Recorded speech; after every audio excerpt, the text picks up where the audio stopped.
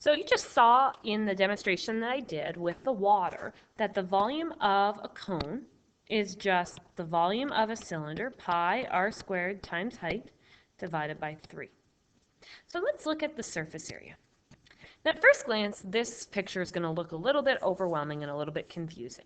So what we're looking at here is a portion of the cone net. So if I were to just look at a cone, so here's my cone right here, and I have got a radius, and the height of the cone would be right down the middle. That would be the height right there. So if I were to look at what the net looks like, if I were to unravel this cone, the net of a cone looks like a portion of a circle, and it can be anything from that kind of thing all the way to something that almost looks like a Pac-Man. Depends on how wide and how tall. So if the cone is really tall and skinny, it's going to look more like this one that's a portion of a circle. I'm going to erase that bit because that bit's kind of extra. Or if it's sort of shorter and fatter, it's going to look more like the Pac-Man. Now keep in mind both of these nets also have a circular piece that gets added on. So what we have to do is think about how we're going to find the surface area. And the surface area is basically these two pieces put together. So we all know what the formula for this one is. The area of a circle is pi r squared. But what's the area of this shape? How are we going to figure out the area of this portion of a circle? So let's go back to that picture then. So what this picture is here in the middle is it's showing the portion of that circle, which we call the lateral surface area. So the cone has a bottom circle, which we know is pi r squared, and then has a part that we call the lateral surface, which is this curved part here. Now when you look at this picture, I told you that the height was straight down the middle. This thing on the outside edge is something new to you. It's called the slant height. It is the height of the slanted part of the cone. If we were to unravel that cone, what it actually forms is it forms the radius of what would be, if we kept this going, this would be a circle. So the slant forms the radius of that circle. So I'm just going to undo that little bit. The distance around the bottom portion, so if we go back to the nets here, the distance from here to here, or from here to here, is going to be equal to the circumference of the bottom circle. Circumference is pi times diameter, or another way of saying that is 2 times pi times r. So over here, we're going to see that this part, the radius of the larger circle, is called the slant height. And the curved part is the circumference of this bottom circle, which we're going to label 2 pi r.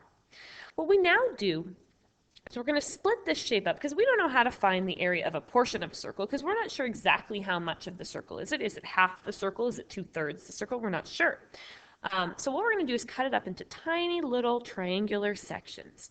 And then we're going to form a rectangle with those triangular sections. So if you stack one triangle on top with another triangle, you're going to form a little mini rectangle. If you keep that going, you're going to form a larger rectangle. And we know how to find the area of that rectangle. Now you're going to wonder, why is this one say pi r when this one said 2 pi r? The reason for that is it takes two rectangles to make one length. And so we're taking this entire length of 2 pi r.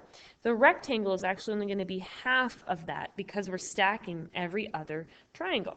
The height of that rectangle will be the radius of our section, and we call that the slant height. So if we put those two pieces together, remember we have two parts in the net of a cone. We've got this curved part, which we call the lateral surface area, and then we have this bottom part, or the base. We know that the base is a circle, so we know that that part is pi r squared. That's the base. The lateral surface area then is this rectangle, which is pi r times s. The length times the width, or the base times the height. This is the lateral part. So a couple things to keep in mind. If you were doing a question of, say, find the surface area of the ice cream cone, think about it. Does an ice cream cone have a top to it? No. And so if you were finding the surface area of the ice cream cone, you'd actually only use the pi rs part. Whereas if you were doing the surface area of something that actually is a cone, you would do both pieces together, because an actual wooden cone, for example, has the base and the lateral part. So let's look a little bit deeper at this idea of slant height.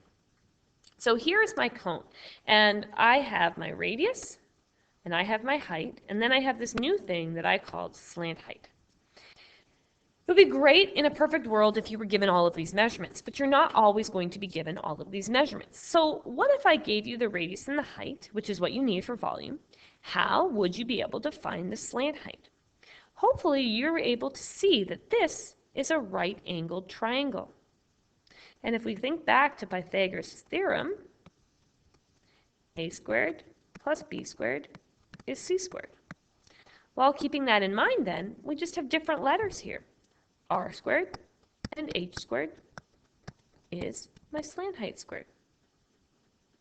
Now what if, I don't know, for example, I gave you slant height and radius and you had to find the height? Well, you're just going to rearrange it. Slant squared minus radius squared will be height squared, just like c squared minus a squared was b squared. It's the same formula.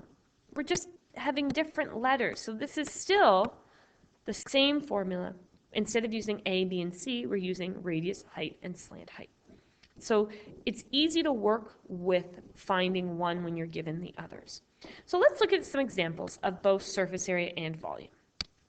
We're going to start with volume because in this case it's the easiest one, because I gave you height, and although I didn't give you radius, I gave you diameter, and so it's easy to find the radius from the diameter. So volume, remember, is pi times r squared. Oh my goodness, it's having problems.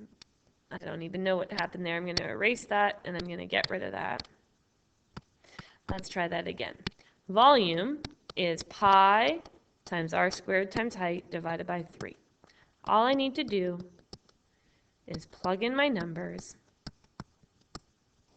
and punch it into my calculator. And when I do that, I'm going to get 84 and a decimal, so I'm going to round it to 1 decimal place. If it doesn't say, always round to 1 decimal place, and that will be meters cubed because it's volume. Now surface area, the formula was pi r squared plus pi rs. Well, I know what r is, but I don't know what s is. I wasn't given s. I have to find s. So I've got to do a little bit of work on the side here. And I have to remember that my height squared plus my radius squared is going to equal my slant height. Then I'm just going to put in my numbers. Now remember, this 90 is not what my slant height is. I need to square root that. And what I would ask for all of these questions is you always round to 1 decimal place. So this one works out to be 9.486. Just round it to 9.5. It's going to be a lot easier in terms of consistency to know if you're right or wrong when you're marking your work if everybody just rounds to 1 decimal place. Now that we have slant height, we can go back to the formula and we can substitute. So we can find the bottom part, which is the base of the cone, and we can find the lateral part, which is the curved part of the cone.